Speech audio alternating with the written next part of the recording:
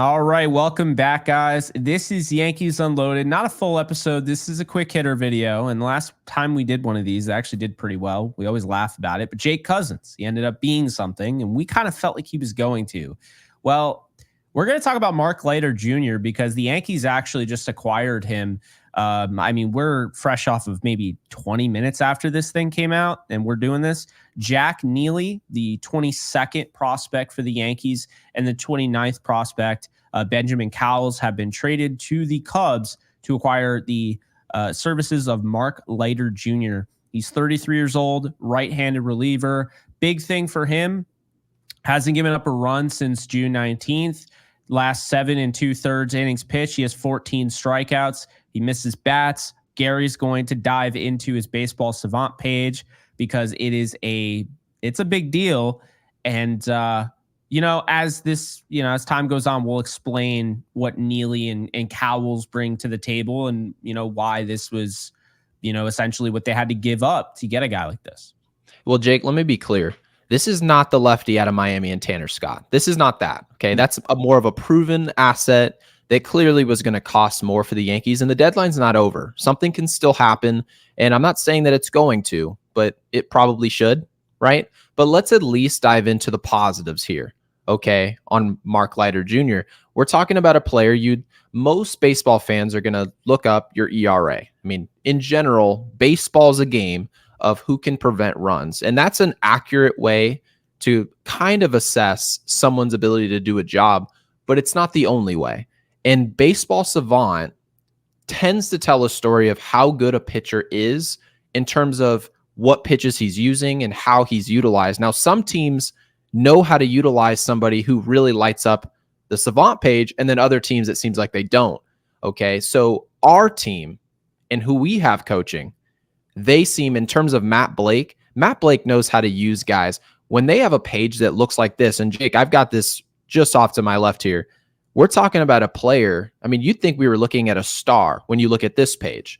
Okay. It's all red, everything. Now, this is not a flamethrower. This is not somebody who's going to be throwing 102 miles an hour. Okay. This isn't Mason Miller. This is a guy who's sitting 91, 92. But remember, Yes Network this past week, they've been talking about it again and again. This team does not have a breaking ball that people can swing and miss at. We just don't have it. Clay Holmes is a power sinker guy. He's looking for contact, and a lot of things can happen, a lot of trouble. You got a guy on third base, less than 2 outs. The Yankees, frankly, don't have somebody in their bullpen right now they can trust to strike some guys out and manage guys on third base, manage guys in scoring position. This guy can do that. In his 36 1/3 innings of work this year, he's striking out 53 guys. His whip is below 1. This is a player that, while he's not maximizing run prevention, he is absolutely punching guys out. He's doing what the Yankees aren't doing. And again, we talked about this yesterday with Jazz Chisholm. Jazz Chisholm is not a star. He never will be in my book. And I've said this again and again.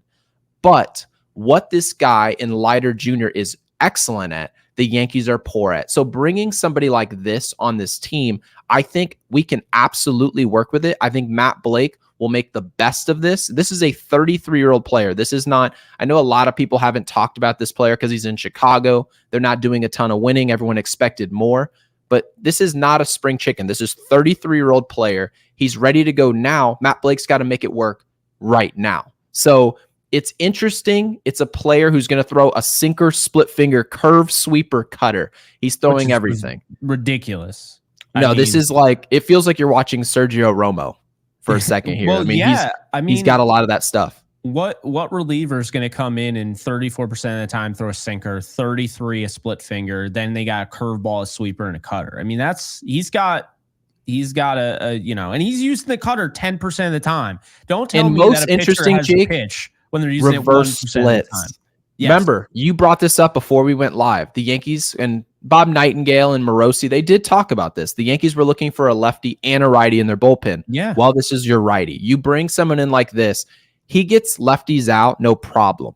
Okay. And that's a good thing, especially heading into the postseason where a lot of these teams that, even if you want to go make a World Series, we're going to go face the Alvarez in Houston, right? Where you're going to see Alvarez, you're going to see Kyle Tucker. Well, what do you do about bats like that? Are you going to throw Clay Holmes in there? Are you going to try to throw Nestor Cortez in the bullpen and try to get outs that way? Well, the Yankees feel like Leiter Jr. misses bats. He gets out lefties, no problem. They'll go this direction. And I think it's a smart play. It shouldn't be the only play, but we can't sweep this under the rug. Yeah, and he's got 2 years to control. He'll be a free agent in 2027. People will say he's too old. Well, I mean, bad example, I guess, because we're talking about the Cubs. But I mean, everyone was going crazy because they got Efros, who was young. Now he's 29. I hate listening to people say that players are old when they're 33 and I'm 30. A lot of nerve people have. Well, also, let's be honest here. What are you more likely to keep doing when you're old, pitching or hitting? Pitchers stick around, man. They really do. I mean, obviously, you had, Franco. How long did he play? Oh, you're talking about Julio Franco? Julio Franco. He played till he was like 44. But to your point, pitchers are throwing longer. Do that normally. Yeah, and it's also dependent on your injury history. Are you a 33-year-old who's had Tommy John 3 times? Well, then we're talking about something different here. Okay. Yeah. Leiter Jr. is a player. He's not having an issue staying on the field. He's really having an issue giving up walks, knocks, right? And if the Yankees can figure that out, we did this clearly. You guys think we saw Clay Holmes in Pittsburgh? Clay Holmes wasn't this version. But remember, Clay Holmes the last 2 years has been excellent for us. This year, wildly inconsistent. We absolutely need to solve that problem 100%. And that's the reason we were looking at Tanner Scott. But let's not be confused here. We weren't getting that version of Holmes. The reason that Clay Holmes is on our team to begin with, the reason we had 2 strong years with him was because of analytics and Baseball Savant. That's why they brought him in the door. Matt Blake thought he can work with it. I think this is another one of those players that Matt Blake may have been consulted on, and I think this is more of a super project and not the answer. Gary, we know he was, because look at the sinkers. I mean, come on. Matt Blake is like, I mean, he really is. But looking at Mark Leiter Jr., I mean, he went to college in New Jersey, Institute of Technology, from New Jersey. So that's, that's cool. He'll be like back home in a sense. But kind of to give you a snapshot of how the bullpen currently looks. Right now, you have Jake Cousins, you have Caleb Ferguson, you have Yoendris Gomez, you have Tim Hill, you have Tommy Kahnle, you have Clay Holmes, and you have Michael Tonkin and Luke Weaver. Okay. Who is he supplanting in that bullpen? Because to me, it should be Caleb Ferguson, but they have refused to move on from him. So I kind of feel like it's going to be Tim Hill. I think it could be either. And I'm going to say that Tim Hill stays. I think Ferguson should be on his way out, and I'll tell you why. Mm-hmm. Ferguson's entire job is to get left-handers out. Oh, I agree with you, by the way. Full stop. That's his entire job. You throw Ferguson out there, he just gives you a look from the left side. He doesn't do it very well, but he's going to try. Okay? Yeah. And that's not what baseball is. You're supposed to put players on the field to give you an output. But here's the thing. Leiter Jr. does exactly what Ferguson is supposed to be doing. So having said this, if we can get more out of Leiter, well, then what are we talking about here? It's a no-brainer replacement. And I cannot stress this enough. Just because someone's Baseball Savant page is bright red and it's super exciting, there's a lot to work with here. Just because I'm seeing all this, there's a huge emphasis, Jake, and I cannot put more emphasis on this. We need more. We've got a few hours left. By the time people are watching this show, we've got a couple hours left. We're going to be looking at our phones. Maybe our phones buzz since. The Yankees need a bat. They need another arm. And more than likely, the arm that comes through the door needs to be someone with a track record of success late in games. That's something I think the Yankees need desperately. But of course, I'm very excited about this because, like I told you at the very beginning of this year, Jake, what's really important for these championship teams is what the complementary guys do.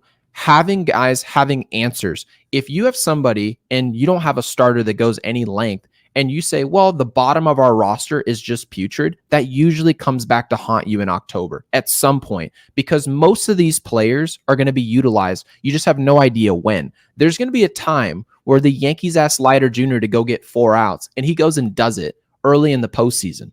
That can have an impact that it's the difference between losing in the ALCS and potentially going on to the World Series. Is he the most important player in the world? No. Is Jazz Chisholm the most important player of the world? No. These are role players. The Yankees need to get better in terms of their role players. If they can do that, we've got a shot. But we still need more in terms of role guys. If we can do that, I'm not counting us out, because remember, Baltimore had 2 games yesterday. They won that first game. A lot of people didn't really pay much attention to game 2 with that rain delay. They lost that game. We are now 1/2 game back of the Baltimore Orioles, who, by the way, just made a trade for a starter. I mean, who was it again? I mean, he's not good. He's from Miami.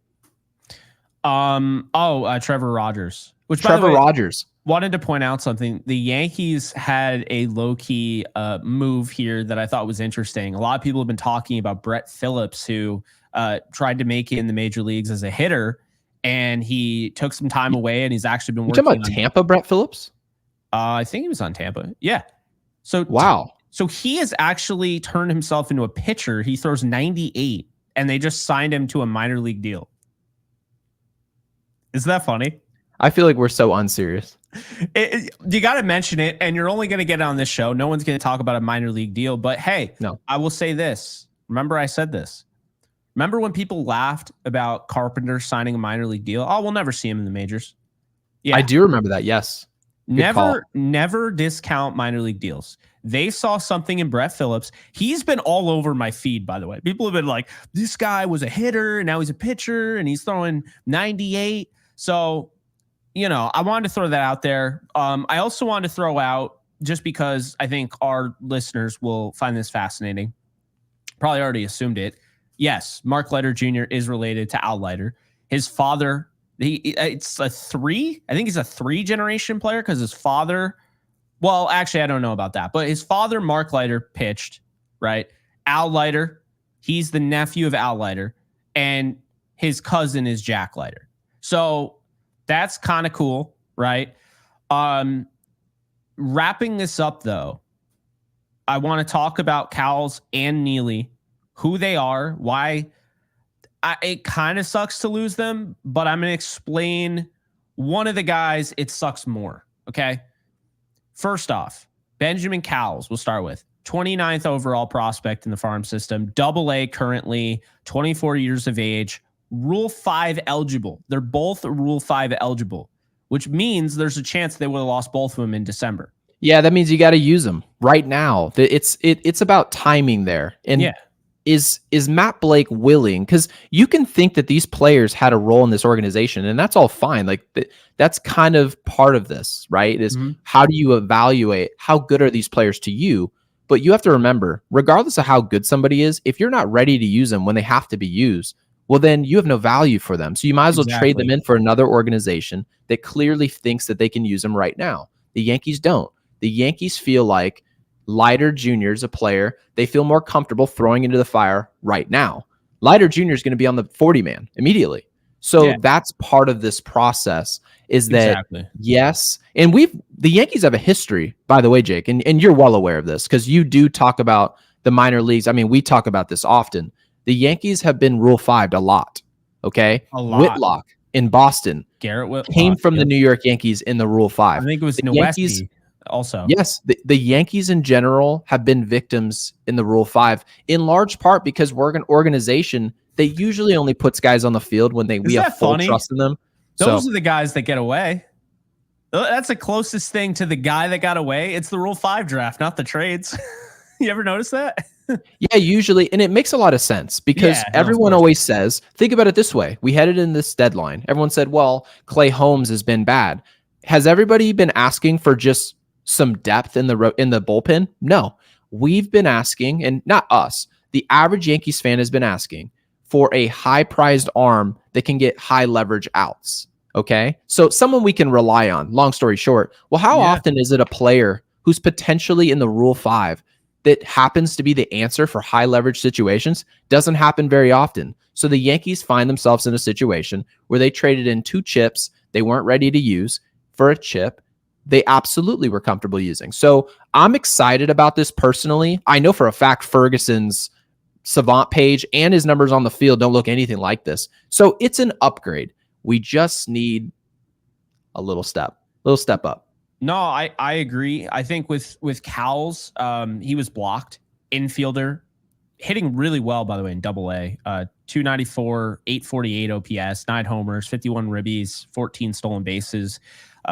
He was a 10th round pick by the Yankees out of Maryland in 2021, and he had an ETA of next year. So, I mean, it just wasn't going to work out. Basically, at that point, you're just crossing your fingers he doesn't get picked in the Rule 5 draft, which, by the way, he would have. I agree with the Rule 5 draft because you shouldn't be allowed to just keep these guys down the way they do. And the Yankees do this. They all do it. Every single organization does it to a degree. Feels like the Yankees do it a little bit more. Jack Neely is the one that I had a little pushback on because, Gary, my argument here as we wrap this show, Jack Neely is the 22nd prospect, AAA, 24 years of age. He's 6'8", 245 pounds, also Rule 5 eligible.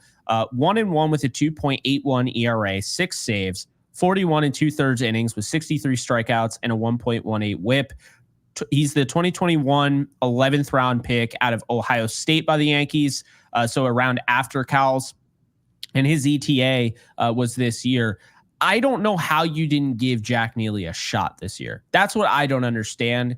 I thought they should have given him a shot. It seems to me like, they call up these guys or they go out and Santana and Ferguson and Tim Hill and even Tonkin. I know Tonkin's worked out, but it just feels like they haven't been willing to give these guys a shot. And it really depends on how you view the organization. Because if you are of the belief the Yankees are always right, then you're just like, oh, they just didn't, I agree with them. They didn't. You can talk yourself into, well, they clearly something Neely's showing them is turning them off. And then something that Leiter Jr. does is a huge green flag. But of course, the Yankees have been wrong, but not usually wrong on the mound. I will say that.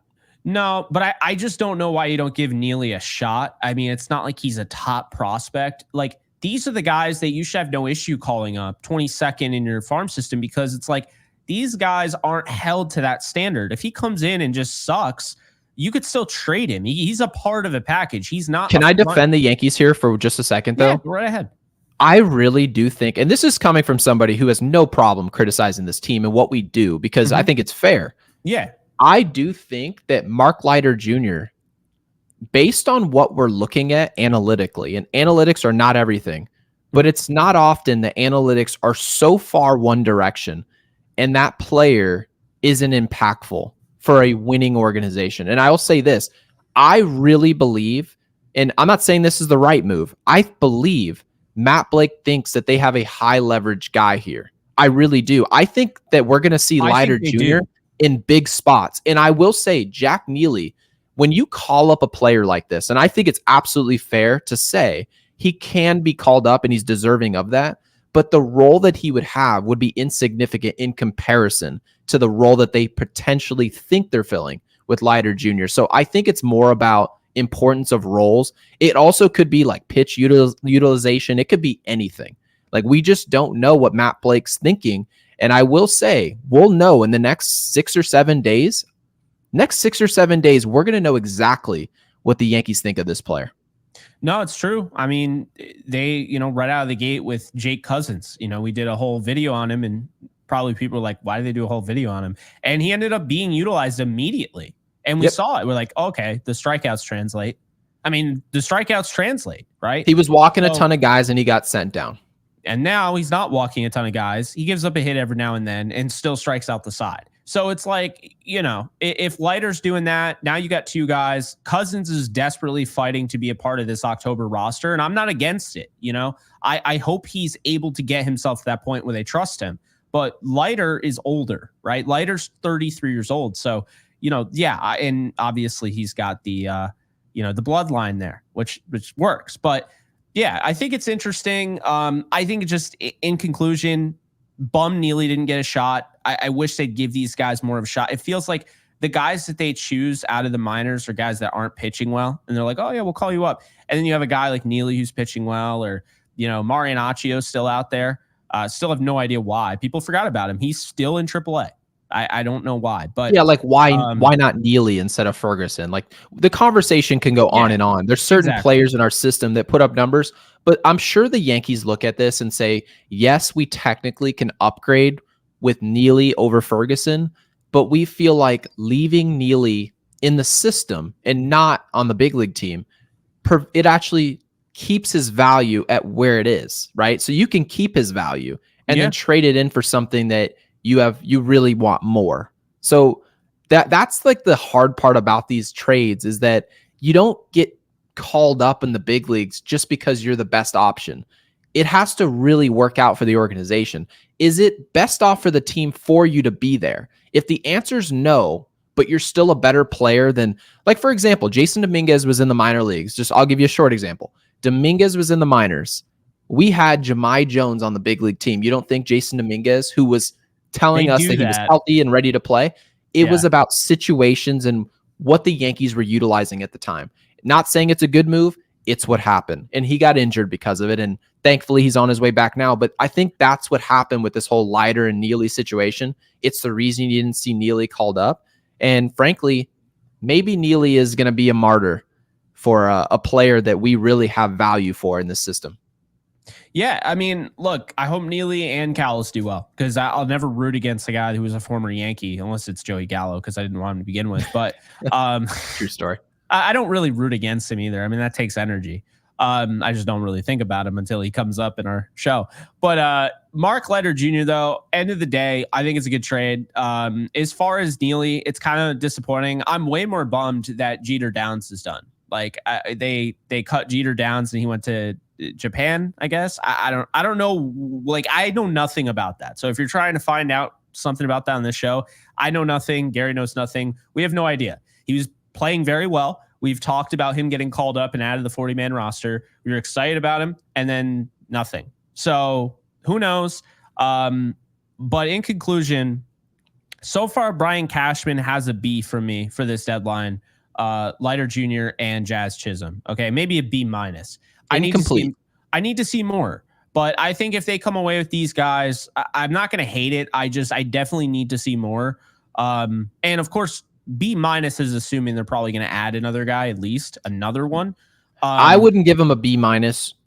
If this was it, I would say, okay, this is just a C minus. Yeah. But if there's another move, if there's an India, if there's a Tanner Scott, if there's another high leverage guy that you say, oh, I can trust this guy in the 8th or 9th inning of a game, well, then now Leiter Jr. seems like a risk willing to play. Like, that actually seems worth it. You've got some leverage there. But if this is our only option, now I feel like there's some real emphasis on Leiter Jr. really panning out for this team in the short term, because if not, it's just a deadline of nothing. Yeah, and I don't know if I don't know if I really feel like they're going to get a starting pitcher anymore. It just, look at how expensive relievers are. Starters are going to be more expensive, and I don't know if they're willing to go that route. I think that they're willing to pay for Yandy Diaz. I think they're willing to pay for an India, and I think they're willing to pay for Tanner Scott. But I don't think, like, Jack Leiter might cost them 3 of their top 5. I don't know if they'll do that. I'm not saying you and I won't do that, whatever, but I like the trade. I love the Jazz Chisholm trade. And I don't think they're close to done. I think they make 2 more moves, and I think they end up with Tanner Scott. I think they end up with Yandy Diaz. Totally agree. I mean, you got to hope. But I mean, I'm not going to follow logic. I'm just going to leave it at that. I'm not going to use logic to determine what Brian Cashman's going to do. We've got about 4 hours till the deadline. We're just going to see where we are in about 3 hours until this video's up. What's funny is that they're probably going to get Chad Green and IKF, and I still won't hate that, but you know, I would prefer the one that we just talked about. We'll see. Yeah, we'll see how it goes. Well, that's going to do it. We appreciate you guys for this quick hitter, a little bit longer than a quick hitter, but hey, a lot of information. Hope you guys enjoyed. Keep it here, because if there's another trade, then we're going to try to hop on here and make sense of it. So you guys take care. This video.